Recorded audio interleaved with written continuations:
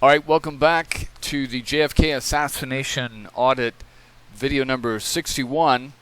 We're still going to stay in Mexico City, and this one's going to be starting off focused on the North Korean embassy. And I think I'm going to name this one Lee Oswald Doesn't Speak Spanish. That's kind of the lesson I've learned from what I've been reading here. So again, we're going to start off with the God's eye view. Let's figure out where we are in Mexico City. Hold on a second. All right, so I got kind of a good idea here. So this is the North Korean embassy. The Russian embassy is about down here. Cuban embassy is about over here. Oswald would have been over here, but of course, Oswald never visited the North Korean embassy. We're just doing this for security purposes to check out their security and kind of do a survey of all, opposing embassies that are left over now around the world. All right, so this is kind of a residential area. It's not on a main street, and it doesn't have its own compound. Looks like they've taken over some kind of apartment complex here. Yeah, that's what's going on there. Let's see if we got nothing from inside or the side there. So this is, let me see here. Yeah, this looks like it's going to be the extent of it. Maybe even this section here. But we'll take a look. Let's see what we can find. So let's go. Got some photos here. That street view. That's another one from outside. Let's go back. We'll go to street view. All right, so this is street view. And let's see, we'll start down at the main street here. Now it looks like next door to them they have some kind of abandoned lot. There's some kind of abandoned lot there. We'll go on down the street a little bit. There's more of that lot.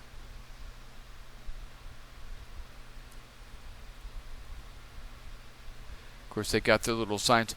Looks like you've got a gate here, and they've got a gate here.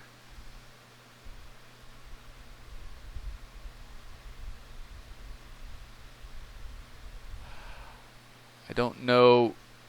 Hold on, let's take a look. Yeah, this, let's see.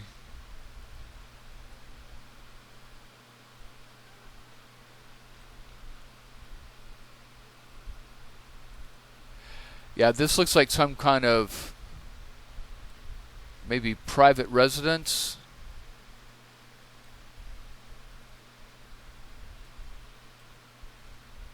Yeah, this is some kind of private residence. The reason I'm saying that is you see there's like some of these Hispanic houses, they have like a picture of a saint or Jesus or something on the front door.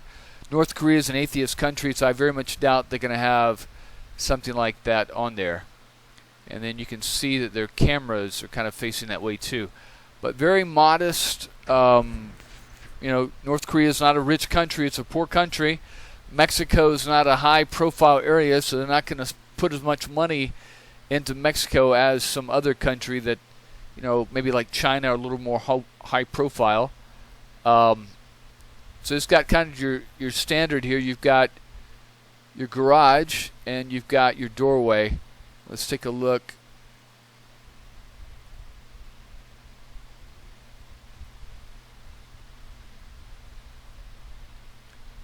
Yeah, very, very modest on security. The thing is that North Korea, really doesn't have any enemies that would attack it, like terrorist countries. They've got South Korea as its rival, the U.S. is its rival, but the U.S. is not going to, the U.S. and South Korea and even Japan are not going to be sending, terrorists or car bombs to punch through the wall and blow up the embassy. So they're, You can see their security is pretty minimal. Let me see, what is this here? Okay, that's just a drain. You see how they've covered that drain so no one can slip a bomb down in there. But yeah, there's no barriers. They probably reinforced the wall. And then, of course, you got cameras. There's cameras over there. So no one's really going to be interested. You see how they've covered the driveway here so they can park a car in here, and that way satellites can't see in. They've got their windows. You got this wire mesh here. You see? And that's to cover in case a car bomb goes off, to keep the glass out. There's the flag. And that is basically it. I can't imagine there's that many North Korean or Mexican people wanting to go visit North Korea, but you know, I could be wrong.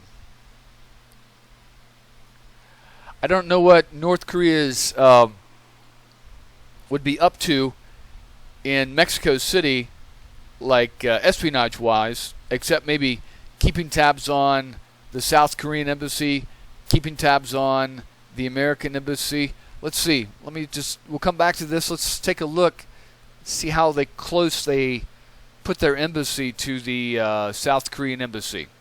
Because usually anything they're going to be doing, North Korea's main enemy is South Korea and the United States. And so they're going to put their resources into watching whatever South Korea is doing. So let's take a look here. How far is the South Korean embassy?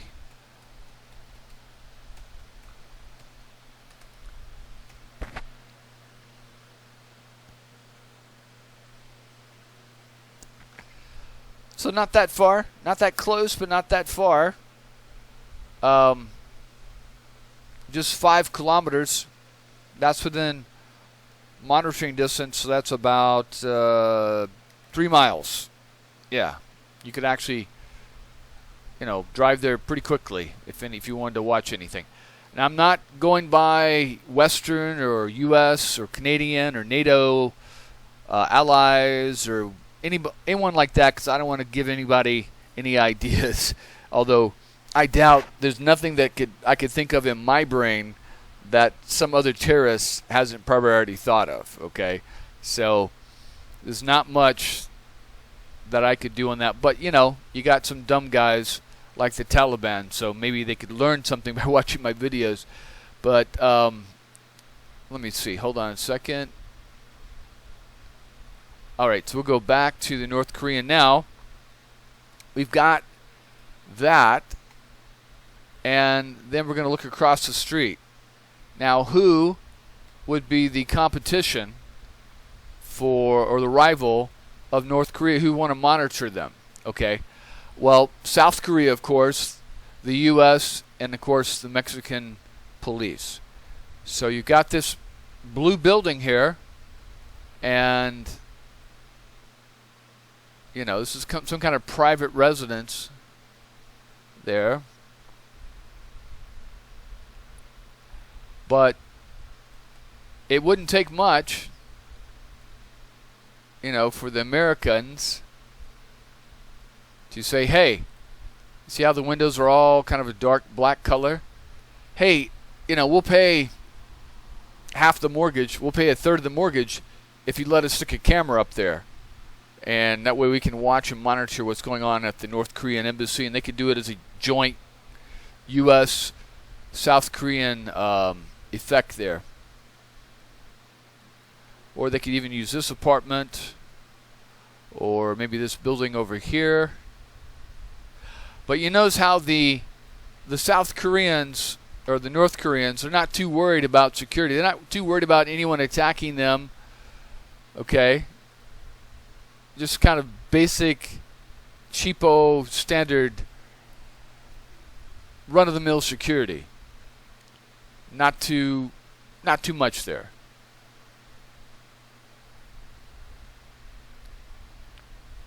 All right, let's take a look at one more thing here. Hold on a second.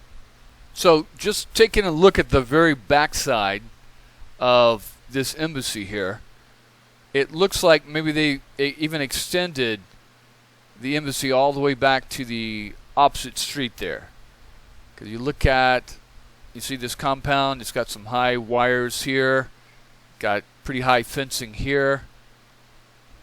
Let's see, I think that's even some cameras there. There's some kind of garage of some kind. So maybe this is the back end of their embassy. Possibly. Yeah, you see how the windows are a little newer? Now, one way we can find out is let's take a look across the street. Who's there? Not much. This is kind of an older section of Mexico City. Got a lot of wiring though. A lot of wires going in. That means they're probably using a lot of electricity. Is that laundry at the top? Yeah. Look at that. They're trying to save electricity, I guess. Because, I mean, who puts up fucking barbed wire and a tall-ass fence like that if you're just some residential person? Yeah. So that's what's going on there. Hold on one second. Let's take a look here. So you can see behind this wall, you see they got a steel beam. They got another gate there. Right through, and look, this is some kind of, you see these little things right here? This is an electric fence sensor. Okay? So if someone comes up here and starts snipping these bars or snipping this fence, it's going to shake. And it's got little wires that go back. You see how it's got the wires running right there? That might even be an electric fence to keep people out. Because see, yeah, that's what they've done. See how they put up an electric fence? That's definitely got to be part of the North Koreans. You see how they've got this electric fence going across in front of this other fence? Because you've got like a little step here from the neighbors. Oh, it might be a neighbor right there. Hold on. There's something. Somebody or something in that window. And you notice you can't see into these windows. They're opaque again. Yes, that's definitely them.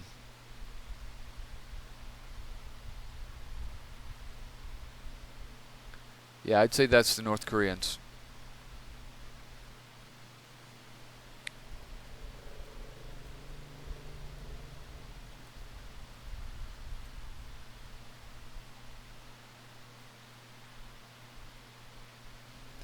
You see how these wires here, this is all electrical, okay? And then you got these wires up here. These are telephone and internet. You can see how this all runs into just this one section here. And they put it way up high so no one can fuck with it. But I guarantee you, well, at least this is what I'd be doing. I'd put a device on here somewhere to monitor this internet or telecommunications. Somehow, somewhere along that, back to the main node. That's what I'd do. But anyway, it's just common sense. Okay, we're going to move on and go to the next one. Alright, again, this is a podcast about Mexico, but they're including information about Lee Harvey Oswald's trip to Mexico. And I don't know where this guy got all his information, but it's really good. We're going to be stopping quite a bit. So, it's Mexico Unexplained. I don't know who the host is. Does it say?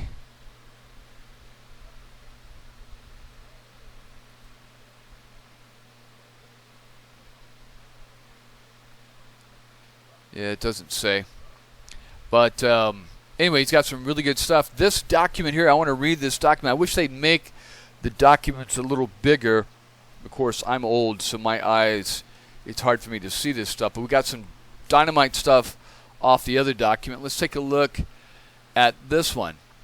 And it says, top secret. I don't see a date. but it says, of the Central Intelligence Agency's Mexico City station.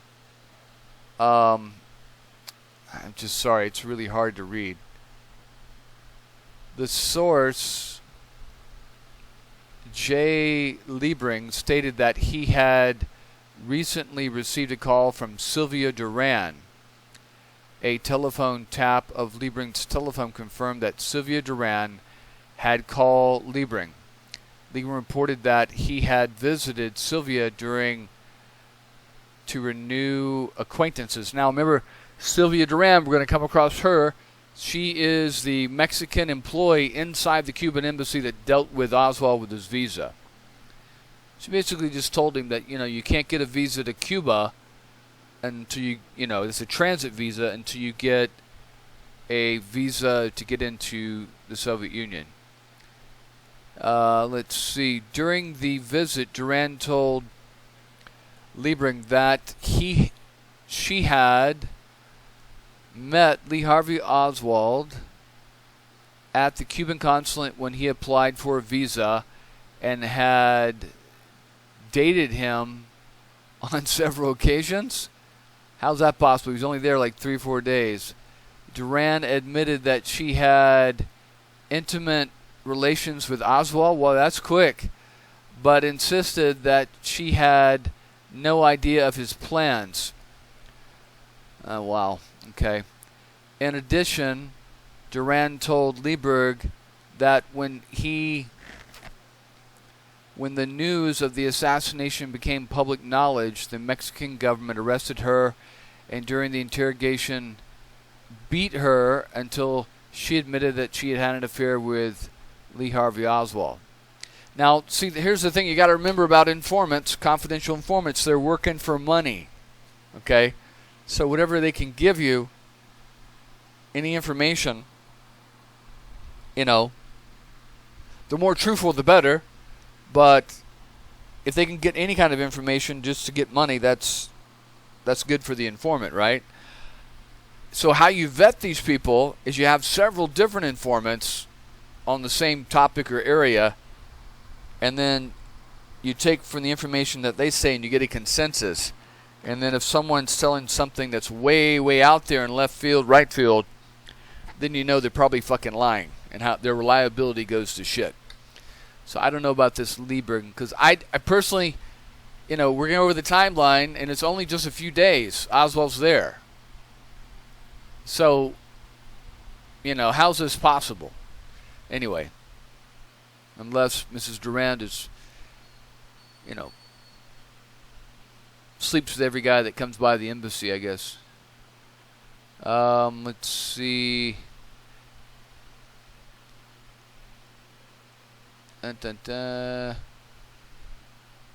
Okay, hold on. It's really hard to read this. Something Roten counseled Liebring against any further contact with Duran because of the Cubans and the Mexican police might become suspicious of him. There was no information in Newton's report as to why contacts with Sylvia would make the Cubans suspicious. The CIA Mexico station reports that this information to headquarters. Now, let's not forget, that Mr. Phillips, Maurice Bishop, who's the handler for Oswald's, just become the station chief down there. Just a few days before Oswald shows up. First, this Sylvia Duran had several intercourse with Lee Harvey Oswald. Now, intercourse doesn't always mean having sex. It can mean just having a discussion. So, if she said she had intercourse, she could be talking about just conversations. Several occasions with the latter was in Mexico, probably as little to this Oswald case. Secondly, the Mexican police do not report the extent of the Duran-Oswald relationship in this station. In the chronology of the Mexican investigation of Oswald, Raymond Roca Why didn't Mexican police give us all info? This was the first report of such a relationship between Oswald and Duran. Alessagaro had reported that some information to Charles Thomas, and it didn't seem to do any good because he didn't get him a visa, so apparently his performance must have not have been that great, right? You think if he's performing with the lady who's going to give him the visa in bed, that maybe, there would be some kind of benefit to that, but there's no benefit to Oswald, and he ends up leaving a few days later very frustrated.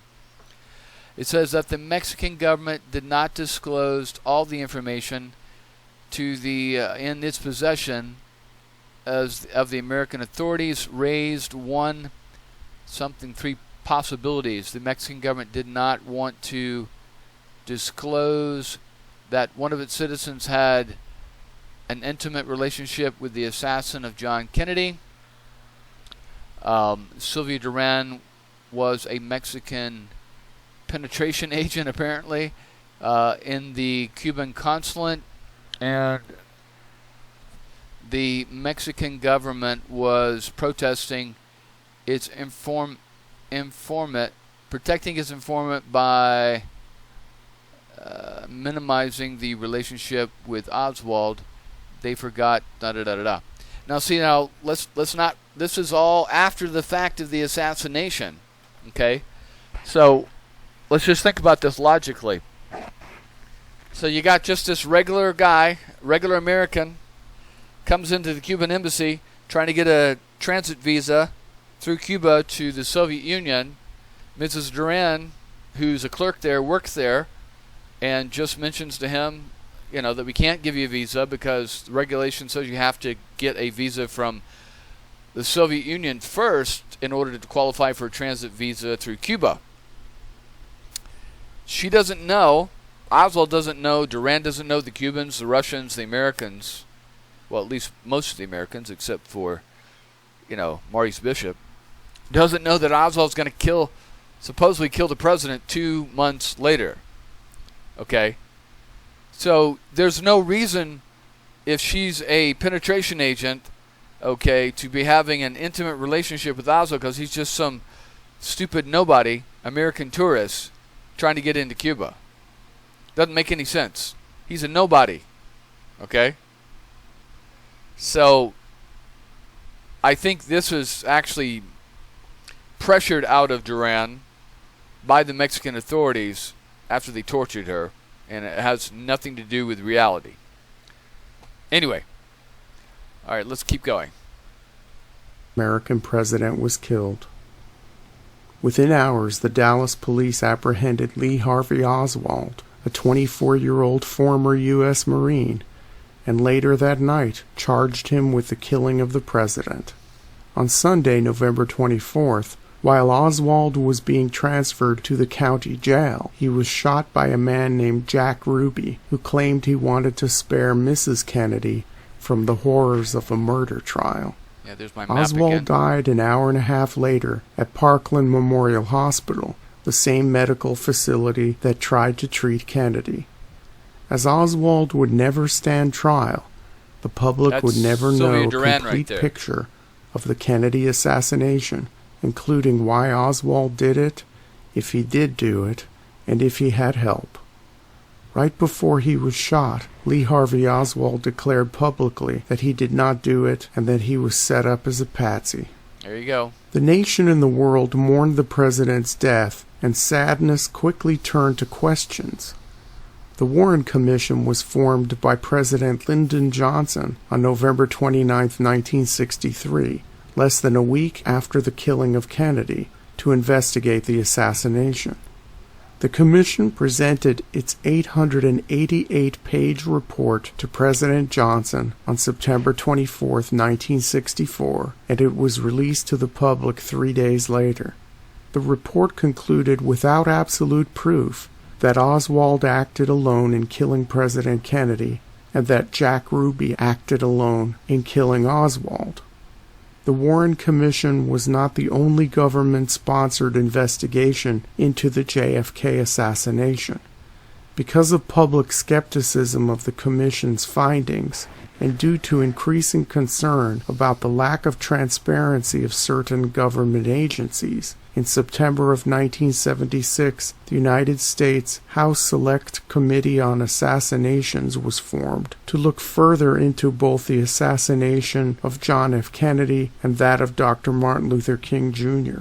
After 18 months of investigation, the House Committee disagreed with the conclusions of the Warren Commission that Oswald acted alone, stating that Kennedy was, quote, probably assassinated as a result of a conspiracy, end quote. The second investigation was not able to identify any individuals or groups involved in the conspiracy, however. The House Select Committee left the American public with even more questions, and in the 40 years since this last formal government investigation into the JFK assassination, a whole cottage industry has sprung up to look more closely at this major historical event. There are thousands of books and articles written about this, with hundreds upon hundreds of theories as to what really happened, who was involved in the tragedy, and to what degree.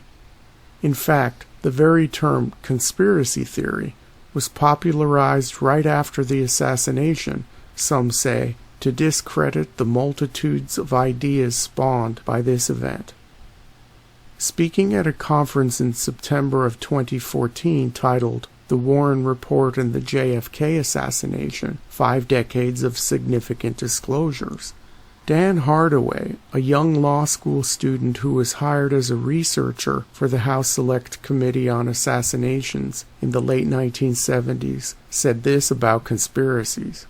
Quote, if you're involved in a conspiracy, one of the primary things you don't want to happen is to have the people you are conspiring against discover the conspiracy. The essence of a conspiracy is that it stays secret.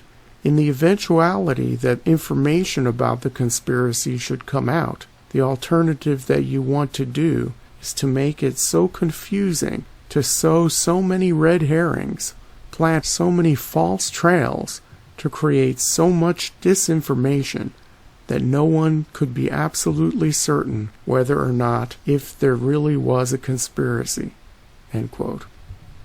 And there you go. So you just said that. So what's happening to Oswald? There's a conspiracy against him. Okay? Oswald doesn't know it. They're not going to allow him to know it. They've got him on a false trail, thinking he's doing his patriotic duty, his mission to go down to Mexico. But he doesn't know the end game. Only they do. Again, it's like Garrison said, they're moving Oswald around like a pawn in a chessboard. And again, they're aligning all this, so let's see. You got Kennedy, he's got the conspiracy against him. He doesn't know that he's being aligned. We'll say Sylvia Duran's nose is Dallas. So you got Kennedy over here. He's being manipulated by forces over here, mainly Johnson, to get him to Dallas. Okay, get the target to Dallas. You've got Oswald over here. He's being sheep-dipped in New Orleans, Mexico City, and these other things. And he's being led on this trail to meet up with Kennedy in Dallas. You've got two conspiracies going on at the exact same time to have one final conclusion. And neither one are aware of what's going on, that they're being manipulated and led, into the killing zone. This is exactly what's going on. Lee Harvey Oswald, while never able to defend himself publicly in a courtroom setting, has gotten the lion's share of the scrutiny of all the complex characters involved in the Kennedy killing, and there are many of the false trails and red herrings mentioned by Hardaway to make investigating Oswald very difficult and confusing. The days and months of Oswald's life leading up to November 22, 1963 have been examined in great detail but remain cloudy at best. Those familiar with the Kennedy assassination story and the cast of characters involved might not know that in September and October of 1963, just weeks before that fateful day in Dallas, Lee Harvey Oswald was in Mexico City. There you go. What were his activities while in Mexico? Was he alone? What role does Oswald's visit to Mexico City play in the Kennedy assassination? Before looking into the particulars of Oswald's time in Mexico, Again, you have to ask the logical question. If Oswald is going to kill the president in 2 months, why is he trying to get into Cuba and to get into the Soviet Union and to carry his pregnant wife and his wife and child along with him to get back into the Soviet Union if he's going to end up killing Kennedy in 2 months? Doesn't make any sense. And why send your wife all the way back to Dallas? Okay. Why not just stay in New Orleans? You can go to Mexico City on your assignment trip and come back. Why go to Dallas? See, Oswald's told to do this. He paid to do this. Okay, he doesn't know the whole grand scheme. They told him some kind of story. Look, we got a job waiting for you. Something. Some kind of story. And he's following along. He's following orders. I was in the military. My commander would come up, or my sergeant would come up and say, here, we need you to go down to this office and fill out this paperwork, or take this packet of information down to this office here, or go get this and bring this back, and,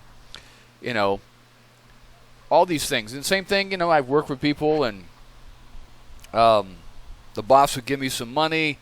Here's an address. I want you to go over to this store and buy this part and bring it back. I don't know what it's for. Do I ask why do I have to go? What is it for? If I want to keep my job, no, just do it. That's what I'm told. That's what I'm paid to do. That's what Oswald's being paid to do. We must first examine the context. The early 1960s saw the United States on high alert in Latin America. Cuba had just fallen to communism, and the axis between Havana and Moscow had solidified. Numerous attempts were made to dissuade or oust Fidel Castro, but he held on to power, and as it seemed like he would be head of state for good, the American government began to fear the spread of communism in the Western Hemisphere. Mexico City in the early 1960s may have well been the center of Latin American Cold War intrigue. Using the latest surveillance equipment, the American CIA and FBI monitored the diplomatic compounds of a variety of communist countries, with special emphasis on those of the Soviet Union and Cuba. Across the street from the Cuban embassy was the CIA surveillance post in a third-floor apartment. From here, an agent photographed visitors entering and exiting the front door. All right, so let's go take a look at that. All right, so most likely it would have been right here. This is a new building, so whatever building was there in 1963, they were on the third floor exactly like I said. See, if you go over here,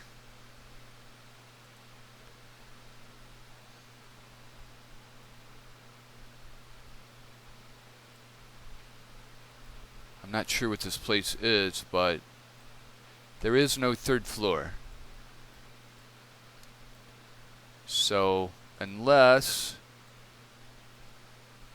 you're looking at something up there, unless they're right here, but I would say most likely they're right here on the third floor of the original building. This is a newer building here, of course. And again, let's take a look. If you get there on the third floor,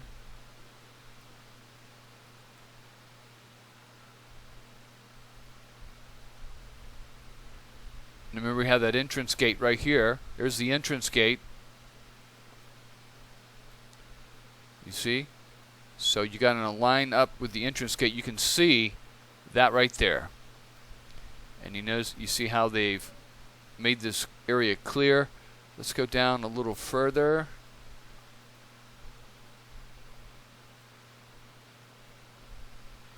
So if you're on the 3rd floor here, we'll just flip it around 180 degrees. Boom. You can see this entrance exit gate. Entrance exit gate. I'd say it's probably entrance over there and exit right there, because this is the street goes this way. So yeah, that's where they would be. That's exactly what he's talking about. I mentioned all this earlier. Right on the money. Alright, let's go back. The door to the Cuban consulate on the side of the Cuban embassy was monitored by a pulse camera that snapped photos of people coming and going based on movement. This camera was installed on September 27, 1963, an important date to remember. The Soviet embassy was monitored by manual cameras by CIA agents, focusing on 3 different locations, 1 on a yard in the embassy and 2 on the front entrance. Many of the phones at the Cuban and... Alright, so did you hear what he just said? I'm going to put this in the timeline here. So he said that on the 27th of September, a pulse camera was put on the front gate of the Cuban embassy, so they could monitor who was coming in, coming out. Let's take a look at that. Hold on a second. All right, so here we go. I just put that in there. Pulse camera placed on front gate of Cuban embassy. Okay, so the 27th, okay, is when Oswald arrives in Mexico City. Okay. And then, I don't think they have these times correct. But anyway, so the 27th, Oswald arrives in Mexico City. So maybe that night or earlier that morning, somebody put a pulse camera on the front gate so they could get a picture of Oswald. Now, we've looked at, everybody knows about these pictures of Oswald. But let me just show you something here. Hold on one second. Now, these are the photos that have come back, supposedly showing Oswald. This is the Russian embassy.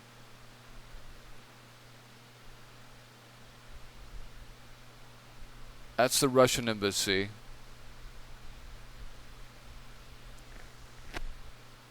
And that's definitely not Oswald. See, that guy, I mean, just look at that guy. That guy right there, Oswald's probably, what, 63, he's 24, I think. 1963 minus 1938. He's 25. Oswald's 25, that guy's like 30, 35, maybe 31, 32. Okay. Definitely a different guy. A lot more clean cut, a lot more organized. Probably military, probably CIA of some kind. He's got a bald spot right there. You see his bald spot? But definitely not Oswald. But just to show you something, you see that fence right there? Hold on one second. Alright, so you take a look at that fencing. You see how those little spikes are right there? It's from like the Tsarist age. Now you take a look at the Russian embassy, and it's got the same kind of fencing. You see the little spikes right there?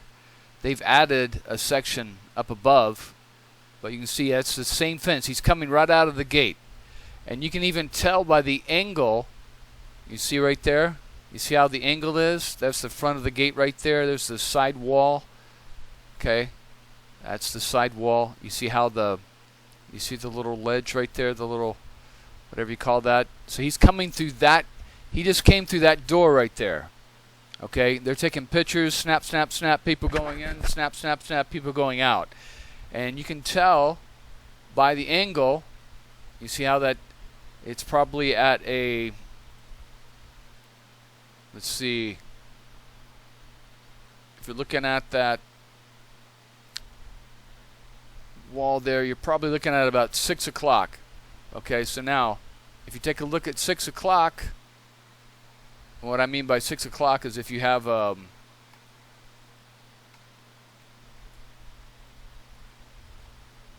so if you're looking and say this is 12 o'clock, you got 1, 2, 3, 4, 5, 6, no, 7 o'clock. 7 o'clock is going to be right there. Okay, that's about a 7 o'clock angle, and so that's going to put you right across the street, right there on that building that we were talking about earlier. So they're snap, snap, snap. They're taking photos. Whoa, look at that. Okay, there's a dump truck. Okay. So they're up here taking photos. Snap, snap, snap, snap, snap. And they're getting pictures of that front gate right there as he comes out. And they catch this guy. See, he just came out of the embassy. Now, they don't know that that's Lee Harvey Oswald. Okay? They're saying that's Lee Harvey Oswald. That could just be anybody. It could be someone saying he's Lee Harvey Oswald. Okay? Although I think they got some better candidates like, Kerry Thornley or, Llewellyn or Leon Oswald. They got some better people that could come across as Lee Oswald. Okay? But if you think about it, you got Maurice Bishop, who is Oswald's handler. Okay? Veciana saw, and Maurice Bishop is now the head of the Mexican station for the CIA. Veciana said he saw Maurice Bishop talking with Leon Oswald right before he went down to Mexico City. Okay? Maurice Bishop is going to be the guy that's leading or in charge of this section that's taking pictures. Snap, snap, snap. So they're going to know that this guy isn't Lee Oswald because they know what Maurice Bishop knows what Lee Oswald looks like. And, he knows that he sent him down there. So I don't know why they even released this, just maybe to muddy the waters, trying to figure out who the hell this guy is. I personally think this is one of those Interpin guys. That's what I personally think. He's another one of these mercenaries, right-wing mercenaries that's training these Cubans. He's going down there trying to fake the Russians out, saying, hey, I'm Lee Oswald. I want to get a visa and all this kind of stuff. Does this mean that Lee Oswald isn't in Mexico City? Maybe. Highly unlikely, though, because Sylvia Duran testifies that she saw Lee Oswald and she identified him.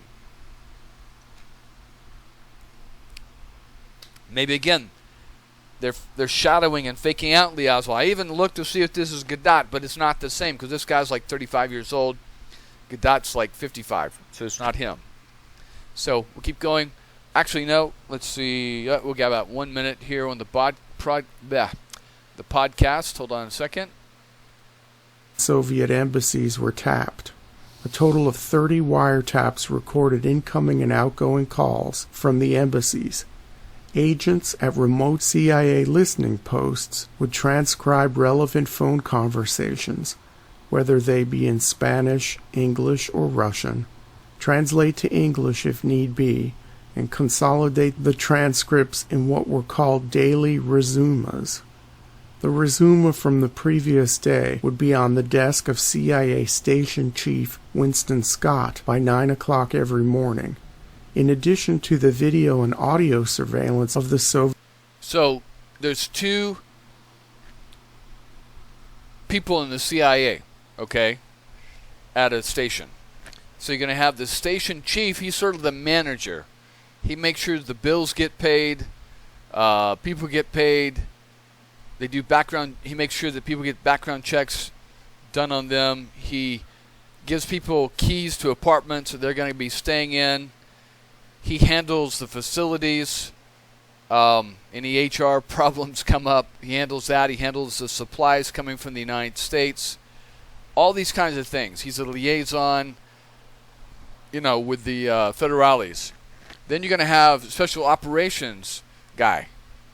I don't know what the official title would be, but he's the one running special operations, either against the Soviets, against the Cubans, or even other things. And so what they're doing is Maurice Bishop is piggybacking.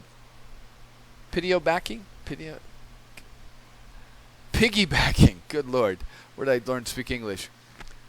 He's piggybacking onto the CIA station down there saying he's running this Cuban mission, but even the station chief doesn't know that this has to do with setting up Oswald to kill the president 2 months later.